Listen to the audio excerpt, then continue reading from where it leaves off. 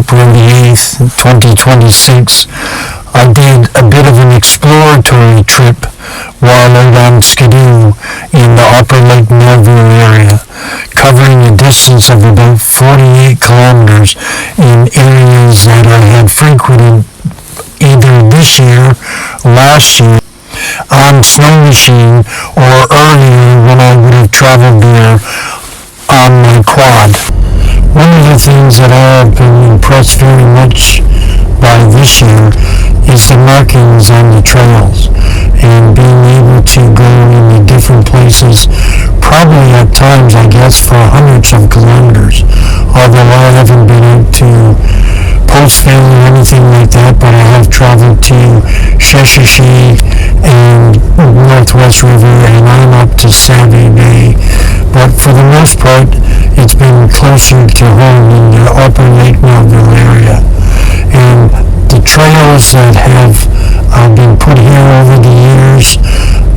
this year are in excellent condition as the groomer has got around to a number of them. It could be a couple of groomers, but I am thoroughly impressed with no problem to travel 50 kilometers an hour. That's the regulated speed on the Trans-Labrador Trailway system, and usually I'm doing about 40 kilometers, so very enjoyable being able to put upwards of 1,000 kilometers in this winter season. Traffic is very quiet here in Carrington Basin this time of the year, but that soon will change as we get into the month of May, and then business will pick up. As I left Carrington Basin, I traveled across Highway 520 that takes you to Northwest River and Sheshashi, and I headed up to Five Winged Goose Bay Trail. From here you have access to many more trails up to Dome Mountain, as well as on out Highway 500 on the way to Lab City, but much more available to you there. But I turned around at the top of the hill and ended up coming back down towards Carrington Basin, and then headed to the community of Otter Creek, where a lot of summer homes are visible now, and a lot of ice fishing happens there, but because of the chilly day,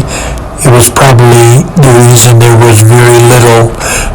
happening there. After leaving Carrington Basin and Otter Creek, I would make my way back out onto the lake, but head over towards Wilburn Bay,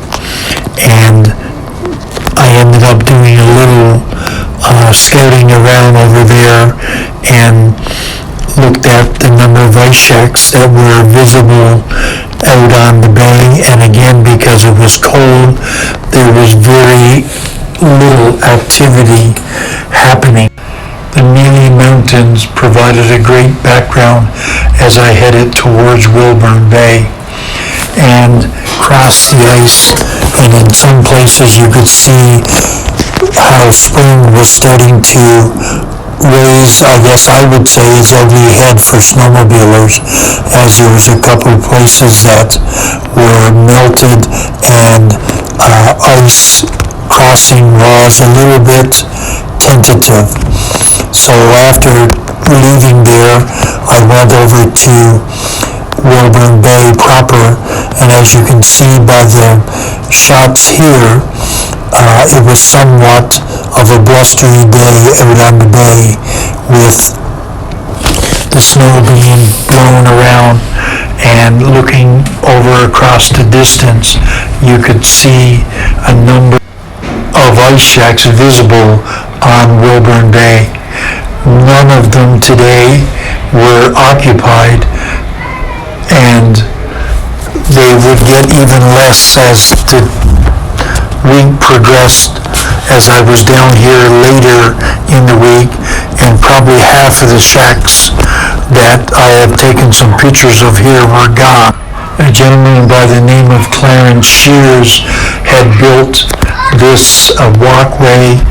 with the chairs out here, and throughout the time that he spent here, these cheers, I guess if they could speak, would have a great story to tell. Some other cabins visible as I drove through Wilburn Bay shores as I was making my way back out to head up to the Trans-Labrador Highway, as I would call it for snowmobilers, but it was the trail that would take you to Northwest River and Sheshatshiu. And again, the trail here had been groomed and it was in beautiful shape. No problem to travel the speed limit, which is 50 kilometers an hour on the trails during this time. And you can see the tower here in the distance, and I made my turnaround here at Gosling Lake River and headed back towards my home in Happy Valley Goose Bay.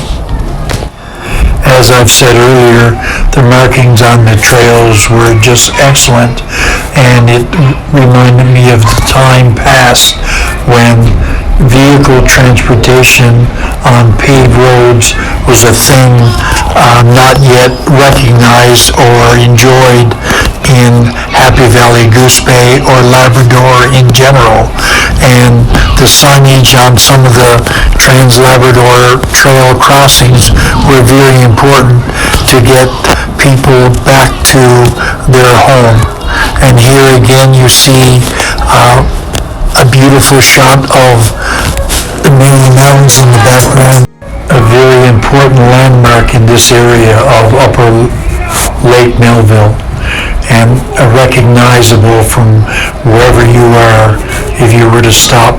and take a photograph. Other landmarks like this old boat have a place in the history of Happy Valley Goose Bay, and as I made my way back to my home, the trail markings continued to remind me of things of the past and actually of the present, with this of the groomed trail, and the groomer used to do that throughout the Upper Lake Melville area, making the ride on this occasion, as well as many others this year, very, very great. And I felt it a privilege to have been able to put maybe about 1,000 kilometers on my sled this year.